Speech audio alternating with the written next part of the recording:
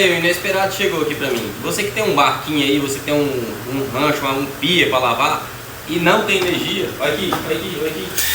A pressão. Ó, quer uma forcinha melhor? Ó.